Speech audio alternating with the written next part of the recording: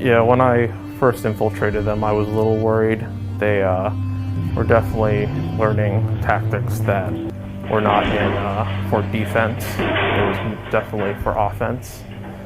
On the front, they would say on their website that these were defensive classes, but all the tactics they used were offensive. Their goals are the abolition of the state, to shut down prisons, abolish the ICE, the police force, and the United States government.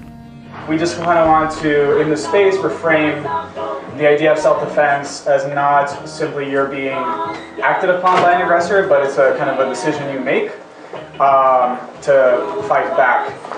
In a lot of ways to say, I'm human and I occupy this space and I'll be not with.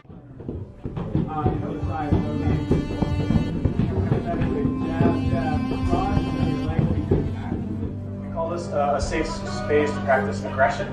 Not aggression against one another, but really just a space that if you want to, or if you will want to challenge yourself to kind of work on harnessing that kind of energy. The base is located in Brooklyn. It's a ANTIFA common space, so they use the base building for classes, fight clubs, and other meetings with ANTIFA. So the idea is you step to the side, grab the person, and then slam them down.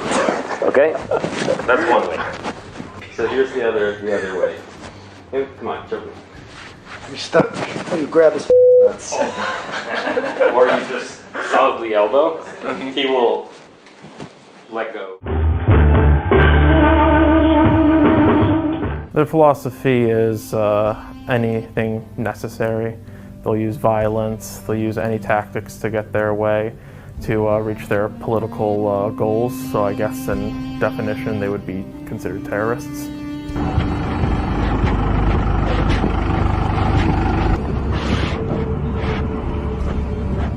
There's always a risk of getting caught in these organizations, especially when you're so close to them that they could see the wires or see if you're asking different questions. You're trying to basically cut off both arteries. Yeah, so hopefully so. Squeeze. Yeah. So basically imagine this is their neck. What you're going to do is you're going to take your choking iron and you're just stick it out, palm down, like not so cool Nazi salute. And you're just going to curl it across. And so this point your elbow should be right underneath their chin. And then you take your hands, you one's pointing down, one's up, both parallel to the ground. You flatten your thumbs against your fingers and clasp them like this.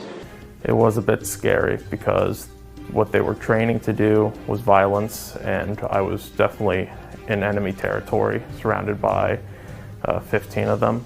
So if I did get caught, it would definitely have ended in violence. Yeah, it's just very... There we go again. Given these orders already to these demonstrators to disperse, they were starting to gear up with tear gas masks.